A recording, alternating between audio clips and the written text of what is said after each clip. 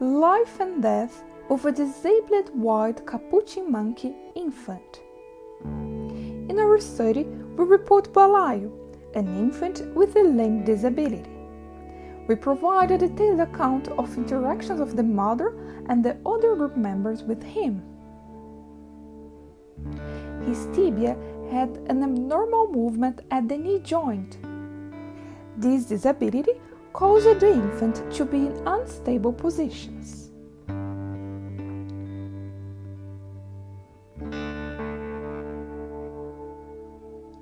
The individuals who carried him had to frequently pause locomotion.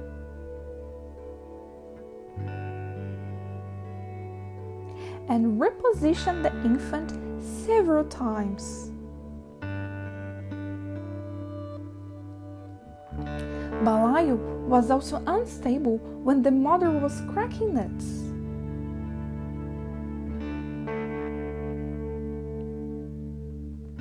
Baleia, the mother, sometimes raised her tail when cracking nuts and carrying Balaio. In November 2021, Balaio died. Baleia continued to carry the corpse. The limb disability of Balaio may have contributed to his death.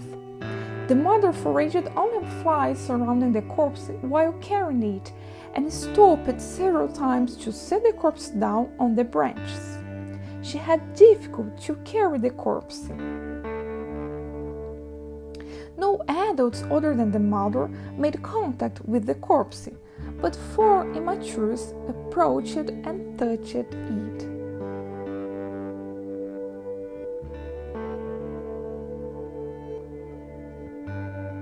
She let the corpse fall as she leapt between trees.